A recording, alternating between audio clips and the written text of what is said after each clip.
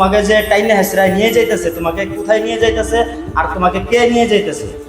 আমাকে আমার বাবা কাকাতো ভাইরা নিয়ে যাইতেছে টাইনি হিস্ট্রে, কারণ আমি যার সাথে রিলেশন করছি তার এখানে আসছি, তার সাথে আমি সংসার করবো দেখে আমি একবার না তখন দ্বিতীয়বার আসছি। দ্বিতীয়বার আসার পর আমার শ্বশুর শাশুড়ি আমার গার্ডিয়ানকে ফোন দিয়ে বলছে যে আপনার মেয়ে আসছে, আমরা একটা মীমাংসার মাধ্যমে আসি, কিন্তু তারা মীমাংসা করতে চায় নাই।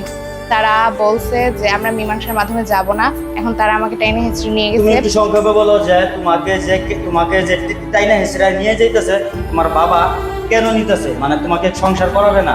না এই ছেলের সাথে তোমার সম্পর্ক মানতেছে না?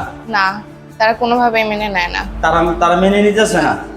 এখন তুমি কি কর, তোমার কি ইচ্ছা আছে সংসার করার? আমি যার হাত ধরছি আমি তার সংসার করে খাবো। তুমি সংসার করবা? আর তুমি কি বলতেছো? তুমি কি বলতেছো? ওর তো ইচ্ছা আছে তোমার সাথে সংসার করার জন্য, যেহেতু ওর বাবা বা ওর বাবার সাথে আরো লোকজন আইনা ওকে তো টাইনে হেসরা নিয়ে গেল, ঠিক আছে, কিন্তু তুমি কি বলতে চাও যে ও কি যাবে না থাকবে? এটা সম্পূর্ণ ওর উপরে। এখন ও যদি মনে করে যে ও আমার কাছে ভালো থাকবে, সুখে থাকবে, তাহলেও আমার কাছে থাকতে পারে। আর যদি ও মনে করে যে ও ওর বাবা মায়ের কাছে চলে যাব, তাহলে এতে আমরা তাকে কোনো জোর করে আটকাবো না। মানে স্বেচ্ছায় দিয়ে দিবা? স্বেচ্ছায় দিয়ে এর আগে কি দিছিলা? এর আগেও 2বার দিয়ে দেওয়া হয়েছে। দেওয়ার পরে আচ্ছা তোমার কাছে শুনতেছি, তোমাকে এর আগে 2বার স্বেচ্ছায় দিয়ে দিছিল তোমার বাবার কাছে ফেরত, কিন্তু তুমি কি করছো? তুমি একাই চলে আসছো নাকি নিয়ে আসছে তারা? ওরা আমাকে আবার জোর করে আনছে। আনার পর তোমাকে এখানে জোর করে আনছে কে?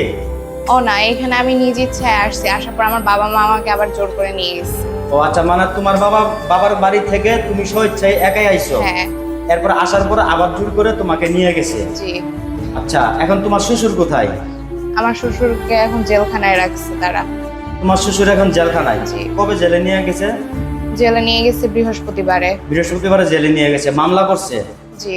আচ্ছা, মামলা করছে। এর আগেও করছিল জেলে, আমি শুনলাম তো? জি, এর আগে মামলা করছে। মামলা করে আমি যখন আবার আসছি তৃতীয়বার, তখন তারা মামলা করে আমাকেও নিয়ে গেছে, আমার হাজবেন্ডকে আর আমার শ্বশুরকে, আমাদের 3জনকে শেরপুর থানায় নিয়ে যায়। নিয়ে যাওয়ার পর তারপর আমার হাজবেন্ড আর শ্বশুরকে একটানা 17 দিন জেলে থাকতে হয়। থাকার পর তারা জামিন নিয়ে বের হয়ে আসে। জামিন নিয়ে বের হয়ে আসার পর তারপর তারা জামিন বাতিল করার অনেক চেষ্টা করে, কিন্তু তারা করতে পারে নাই বলে তারা গুন্ডা ভাড়া করে, আরো অনেক লোক ভাড়া করছিল ওদেরকে মারার জন্য।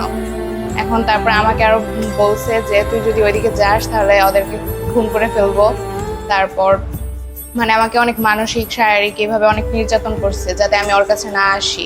আর এই জন্য দর্শক, আমি বলতেছিলাম যে এই মেয়েটা তার সাথে সম্পর্ক করে তারা কুড়ে বিয়ে করেছে, বুঝতে পারছেন? তারা 2জনেই কুটে বিয়ে করছে, একবার না 3বার বিয়ে হয়েছে তাদের। এরপরও কিন্তু তার বাবা, এই মেয়েটার বাবা তাকে সংসার করতে দিবে না। ওর যে স্বামী হচ্ছে, তোমার নাম কি হজরত না? এর নামে আর ওর বাবার নামে, 2জনের নামে মেয়েটার বাবা তাদের জন্য মামলা করছে। মামলা করার পরে তারা এখন জেলে।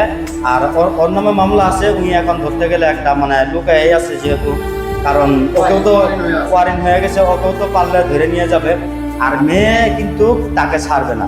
মেয়েটা কিন্তু মানে স্বামীর সংসার করার ইচ্ছা, কিন্তু এই মেয়েটার বাবা মানে এদের সংসার মানে ভাঙার ইচ্ছা, তাদেরকে সংসার করানোর কোনো ইচ্ছা নাই। এখন আমি বলতেছিলাম যে তুমি যেহেতু তোমার বাবা সংসার করতে দিবে না, তোমার সংসার করার ইচ্ছা আছে, তাই না? তোমার সংসার করার ইচ্ছা আছে, তাহলে তুমি এখন কি মানে পদক্ষেপ নিতে পারো, কি অ্যাকশন নিতে পারো তোমার বাবার বিরুদ্ধে, বলো?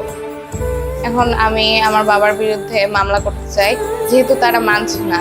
এখন আমি তাদেরকে এবং আমার শ্বশুরবাড়ির সকলেই বুঝাই বলছে অনেক যে আমরা একটা মীমাংসার মাধ্যমে আসি, যা হয়েছে সেটা আমরা আগেরটা ভুলে যাই, আমরা নতুন করে আবার শুরু করি।